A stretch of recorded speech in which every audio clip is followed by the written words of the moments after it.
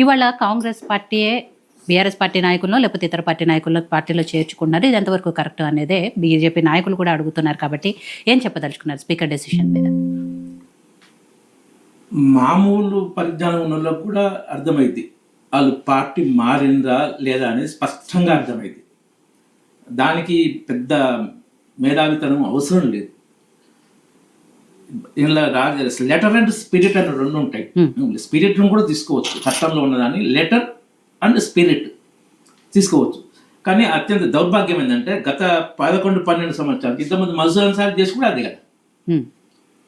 మన Talasani Srinivas Yadav TDP MLA, TRS మంత్రి, 3 ఏళ్ళు. 3 ఏళ్ల తర్వాత అందరూ అయినాక అప్పుడు కలిసిపోయింది అని వీళ్ళు చెప్పడం. అనుకుంటే ఇప్పుడు వీళ్ళు ఈ స్పీకర్ గారు చేసింది అయితే రాజ్యాంగాన్ని కూని చేయడమే. దాంట్లో ఇంకా దానికి ఇంకో మాట ఏం లేదు. ఆ నిర్ణయం వాళ్ళ గోడ దూకిన ఎమ్మెల్యేలు పార్టీ మారలేదు అనడము రాజ్యాంగాన్ని కూని చేయడమే. రాజ్యాంగ పదవుల్లో ఉండి ఇలా చేసినప్పుడు వాళ్ళకి ఏమనిపించినప్పుడు నేను మాట్లాడేటప్పుడు ఏంటంటే ప్రజాస్వామ్యం కోసం, రాజ్యాంగం కోసం నిర్భయంగా నిజాలు మాట్లాడతాం. వాళ్ళు ఏమన్నా మేము ఫేస్ చేయడానికి రెడీ. ఎందుకంటే రాజ్యాంగం ముఖ్యం, ప్రజాస్వామ్యం ముఖ్యం, నిజాలు ముఖ్యం. కాబట్టి పార్టీ మారిన వాళ్ళను రాళ్లతో కొట్టాలన్నాడు రేవంత్ రెడ్డి. ఇవాళ మీటింగ్ లో ఏం మాట్లాడుతుండు? ఎంత మాట్లాడకాదు, ఏమన్నా ఉండాలి కదా. ప్రతి విషయంలో అంతా ఇది ఒక్కటే కాదు. కాబట్టి అది వాళ్ళు కడియం శ్రీయర్ కూడా ఈ స్పీకర్ తీర్పు ఇచ్చిన తర్వాత నేను కూడా కాంగ్రెస్ చేయలేదు. అప్పటిదాకా అనలే నాకు టైం కావాలని.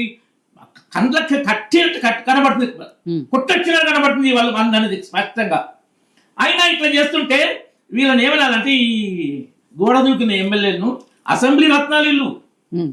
ఈ అసెంబ్లీ రత్నాలు ఎవరైతే 4 దశాబ్దాల క్రితం పార్టీ ఫిరాయింపుల చట్టాన్ని తెచ్చిండో ఆ చట్టాన్ని కూని చేసిన తండ్రి చేసిన చట్టాన్ని కొడుకు నాయకత్వంలో కింద స్పీకర్ కూని చేస్తుండో ఈ అసెంబ్లీ రత్నాలు పోయి ఢిల్లీకి పోయి ఆ జాతి రత్నానికి సన్మానం చేయాలి. మన ఈడ జూబ్లీ హిల్స్ లో వెళ్ళి ఎన్నికలైతే ఆయన ప్రచారం చేయకుండా సన్మానం చేసి కదా. ఎందుకంటే రాజ్యాంగం చేతిలో పట్టుకొని తిరుగుతాడు. ఇక్కడ అక్కడ ఎక్కడైనా రాజ్యాంగం పట్టుకొని తిరుగుతాడు. చేసే పనులు రాజ్యాంగాన్ని కూని చేయడం. ఆ రాజ్యాంగం పట్టుకున్నప్పుడన్నా మా నానమ్మ ఎమర్జెన్సీ పెట్టింది, రాజ్యాంగాన్ని ఇది చేసింది అని ఉండాలి. అది లేకపోయినా ఇప్పుడన్నా మేము రాజ్యాంగబద్ధంగా ఉంటే లేదు. ఇంకోటి 2014 కానీ 2019 కానీ 2024 కానీ ఎక్కడే వచ్చినప్పుడు ఏ ఒక్క సభ్యుని మేము తీసుకోలేదు. ఏది ఫిరాయింపులు కాలేక రాజ్యం లేకపోతే 2/3 మెజార్టీ ప్రగతి వస్తే అది ఫిరాయింపు కిందికి రాక తెలుసు. దానికి కూడా మిత ప్రచారం కోమటిరెడ్డి రాజగోపాల్ రాజీనామా చేస్తాం భయంకర మిత ప్రచారం. ఈ 10 మంది ఎమ్మెల్యేల మీద కానీ అంతకుముందు కేసీఆర్ ప్రతి పార్టీని తీసుకున్నాడు. వైసీపీ తీసుకున్నాడు, సిపిఐ కూడా తీసుకున్నాడు, బిఎస్పీని తీసుకున్నాడు, కాంగ్రెస్ తీసుకున్నాడు, టీడీపీ తీసుకున్నాడు.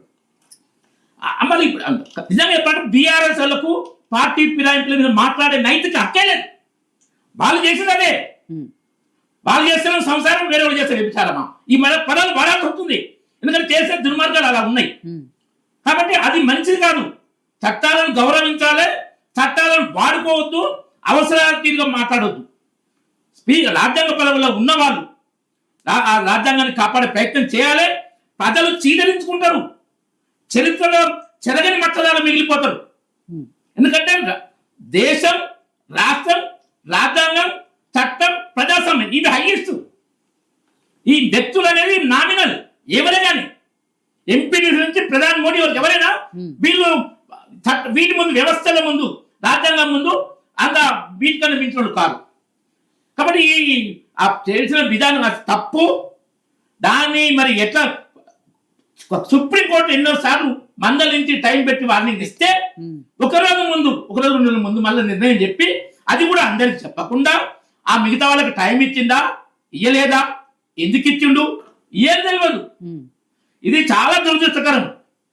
ఇలాంటి నాయకులను మొత్తం ప్రజలే అల్టిమేట్ చెక్. ప్రజలు పెట్టాలి. ఆ గారడి మాటల మాయలో పడద్దు. ఎట్లున్నాయంటే నాయకుల మాటలు కొంతమంది డ్రగ్స్ కన్నా ఎక్కువ మత్తెక్కిస్తుంది కొంతమందికి. ఒక 7-8 సంవత్సరాలు కేసీఆర్ మాటలు మత్తెక్కిస్తే ఇప్పుడు రేవంత్ రెడ్డి మాటలు మత్తెక్కిస్తున్నాయి. ఆ మత్తు ఉండొద్దు. ఎందుకంటే ప్రజలు ముఖ్యం, దేశం రాష్ట్రం ముఖ్యం, రాజ్యాంగం ప్రజాస్వామ్యం ముఖ్యం. ఇవి కాదు, లీడర్లు కాదు.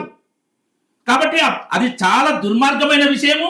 వాళ్ళకి నిజంగా ఏమనిపించదా రాజీవ్ గాంధీ చేసిన చట్టాన్ని వీళ్ళే పాతరేయడం. కాంగ్రెస్ మీద ప్రేమ ఉన్నోళ్ళేనా ఈ పని చేస్తారు? ఎట్లా సమర్థిస్తారు రేవంత్ రెడ్డి? స్పీకర్ ఇచ్చిన తప్పు, దాన్ని సమర్థించడం. వాళ్ళు చెప్తారు నిజం కాదా అని ఆ మాటలు కాదని పిచ్చోళ్ళు జనం కావడానికి. కాబట్టి ఇది మంచిది కాదు. దీనికి ఇప్పుడు కోర్టులో కేసు ఉంటుంది. ఇక్కడ ఏంటంటే టెక్నికాలిటీ వేరే ఉంది, మోరాలిటీ వేరే ఉంది. కేవలం టెక్నికాలిటీ వాళ్ళు ఈవెన్ టెక్నికాలిటీ ప్రకారం కూడా స్పీకర్ తీసుకోవచ్చు. దానికి క్లియర్. ఎందుకంటే కండువాలు కప్పుకుని కాకుండా పార్టీలో మారి మేము మారినామని బాహాటంగా చెప్పారు. ఆ పార్టీ కోసం పనిచేసారు, ఈ పార్టీని విమర్శించారు. చేయాల్సినవి ఒక 2-3 తప్ప ఈ చేస్తే మనకి బాగుంటుందని ప్రయత్నం చేశారు. ఇక ఇప్పుడైతే కేసు అయిందో, కోర్టు పోయిందో, మళ్ళా ఊసల వెళ్ళి రంగులు మార్చిర్రు.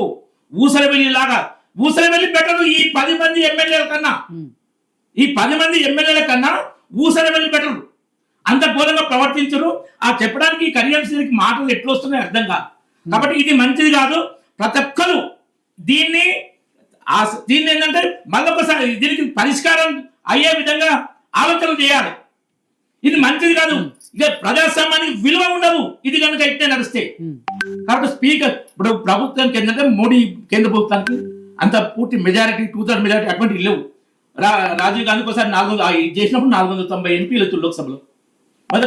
ఎట్లాగో మొదటి నుంచి రాజ్యసభలో వాళ్ళకి మెజారిటీ ఉంది కాబట్టి చట్టం ఏం చేయగలరు. ఇప్పుడు మాకేంటంటే సొంత పార్టీ అలయన్స్ కు బార్డర్ మెజారిటీ ఉంది, రాజ్యసభలో మెజారిటీ అంటే తెలుస్తుంది. కాబట్టి కొన్ని ఇంతకుముందు రాజీవ్ గాంధీ చేసింది అంటే 1/3 కన్నా తక్కువ కాకుండా మార్చాలి రాదు.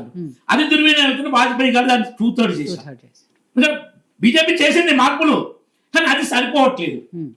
బీజేపీ చాలా విషయాలు మార్పులు చేసింది, అది సరిపోవట్లేదు. మనం రాజ్యాంగ సవరణ చేస్తాం, వీళ్ళు రాజ్యాంగాన్ని కూలి చేస్తారు, మన ప్రచారం ఎక్కడ స్వార్థం కోసం చేయలేదు, ఎక్కడ ప్రజల కోసం దేశం కోసం చేస్తున్నారు. కాబట్టి దీన్ని నిర్ద్వందంగా ఖండించాలా. ఇంట్లో బాధ్యులు ఎవరైనా అందరూ దోషులే, ప్రజల ముందు అందరూ దోషులే, ప్రజలు గ్రహించాలి, ప్రజలే మెయిన్ చెక్కు. కాబట్టి ఈ ఫిరాయింపులను ఆపాలే. రాజ్యాంగ హోదాలో ఉన్న వాళ్ళు ఇలా దుర్వినియోగం చేయకూడదు.